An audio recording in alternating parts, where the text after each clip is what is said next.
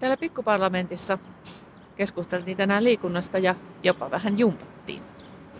Hallitusohjelmaan nimittäin kuuluu Suomi liikkeelle -kampanja, jonka tarkoitus on lisätä suomalaisten arkiliikuntaa.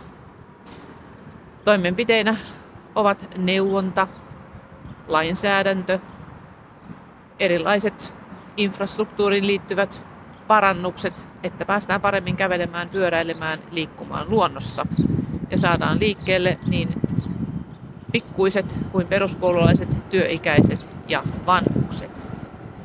Ongelma on nimittäin se, että liikkumattomuus tuottaa 3 miljardin menetykset vuosittain ja liikkumattomuus on myös turvallisuusongelma, kun ei jakseta tehdä mitään.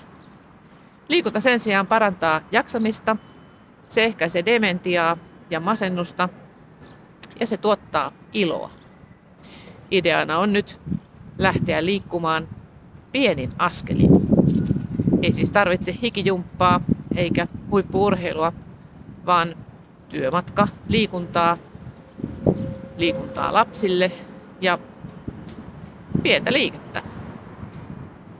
Lähdenpä tästä nyt sitten kävelemään tuonne Helsingin keskustaan lisäämään omaa työmatkaliikuntaa.